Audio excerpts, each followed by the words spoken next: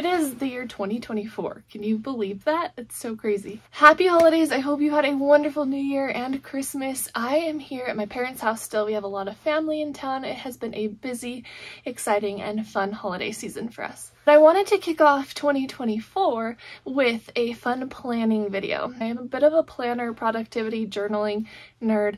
I love all things related to this subject.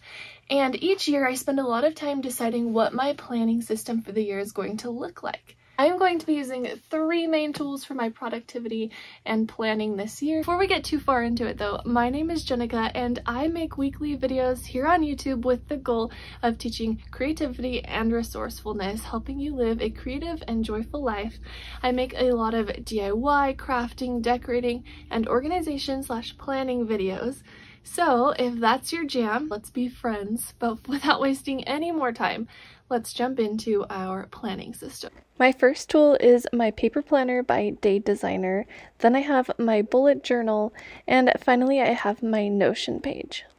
Now, in years past, I've done digital planners. In fact, last year I made my own digital planner, and I was going to make my own digital planner this year, but I learned there's a file size limit on Canva. It's a whole story I'll get into another day, but I decided to try something new, something I haven't done in quite a few years, and that is to go with paper planning this year. One thing that is a must for me in my planning system is to be able to write, and that's why I use my iPad and GoodNotes to do my planning, because I like to write things out. It's just my brain flows easier that way. But this year, a benefit to physical planning is I actually got a planner that is significantly smaller than my iPad, which means it's a lot more portable. This is by Day Designer. I used to have their huge planner. It's about like this big. I was so tempted to get the big planner because I loved it.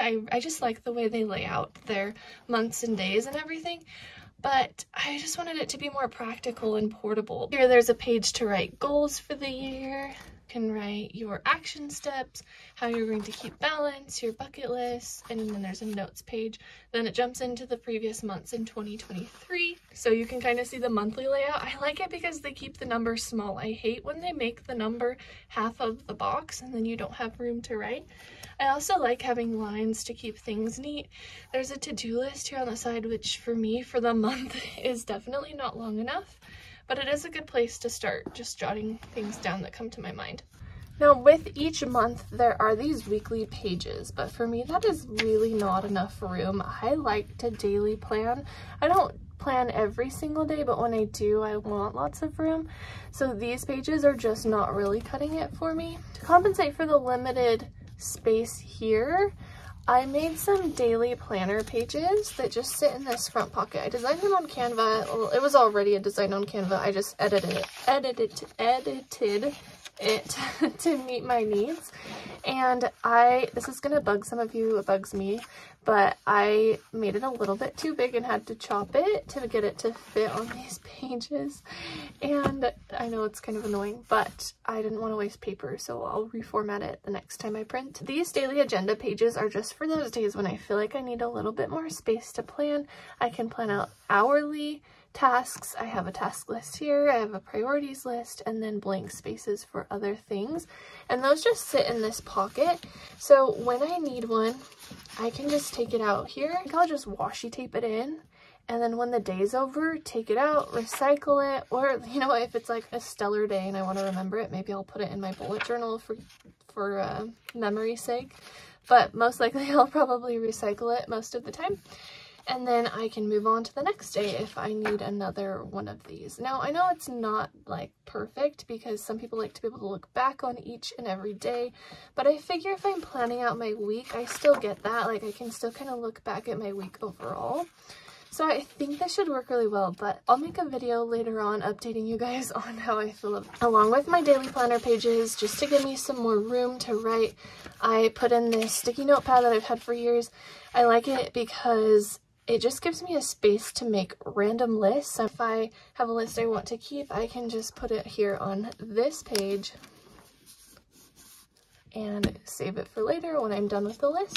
I can take it off and throw it away. I also made a monthly habit tracker that I can go through and just mark up because I really want to focus on healthy habits this year. I might place that on the January page because As nice as this quote is, I don't really need it, so maybe I'll just washi tape that in there so that it's easy to access with my January page. So I think between those little modifications I made and the overall layout of the planner, I think I'm going to be happy with this. The other thing I'm going to do is make little laminated tiles of my goals to go right here and tape those on, because this page is like shiny, it's laminated, and so I'll tape those on, and those tiles will just kind of act as my vision board for the year. And then when I accomplish a goal, I can take off the goal and put it in my journal, write about the experience, and then make room for a new goal. So I think this is going to be like my vision board page.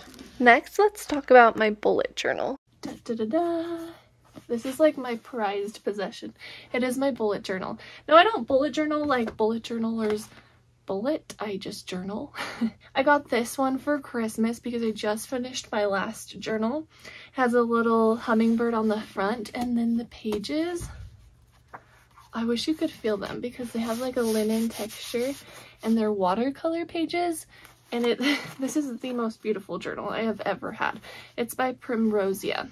So not sponsored, but I will definitely endorse this brand. This was my previous bullet journal. You can see it was very well loved, but I want to talk about how I use my bullet journal, because a lot of people are so afraid to journal because they don't want to mess up. But the thing is like some pages in my journal look like this and they're beautiful. But then I have random words and things that are scribbled out, or even these pictures that my nephew drew.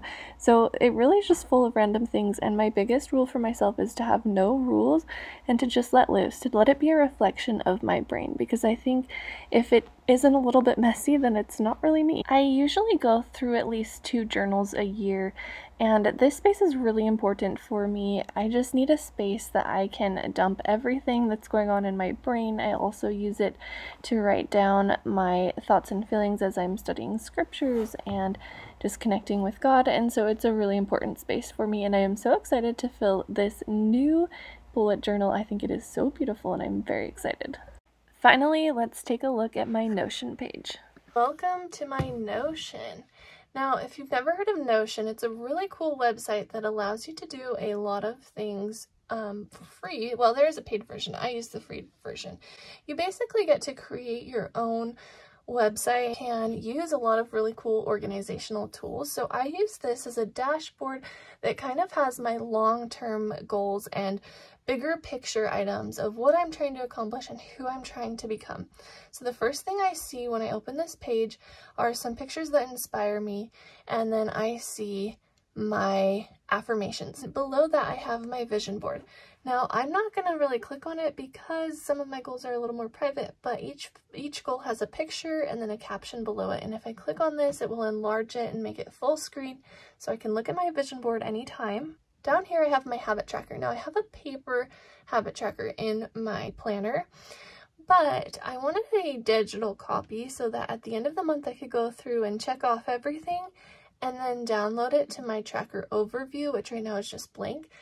And this will have each month's tracker progress so I can see how well I did with my habits by the end of the year. Really focusing on those little simple tasks, those little habits that will really affect my life. That's kind of one of my big goals this year. Below my habit trackers, I have a pretty in-depth to-do list. I make a lot of to-do lists, and some of them are things that I don't really need to do this month or don't have time to do this month. So I have a master to-do dump page where I can write down urgent and non-urgent items that I think of, and this is just like a total brain dump space. And through that, I can weed out kind of what actually matters. And there, use this master to-do dump to add to my weekly to-do list or my monthly to-do list.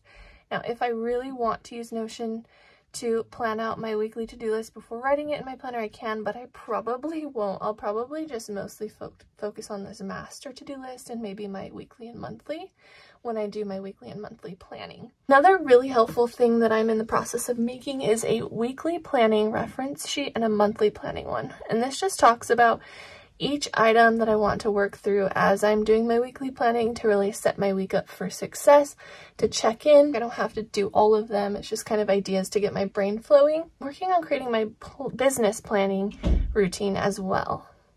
I have my monthly planning reference sheet, which I'm still working on.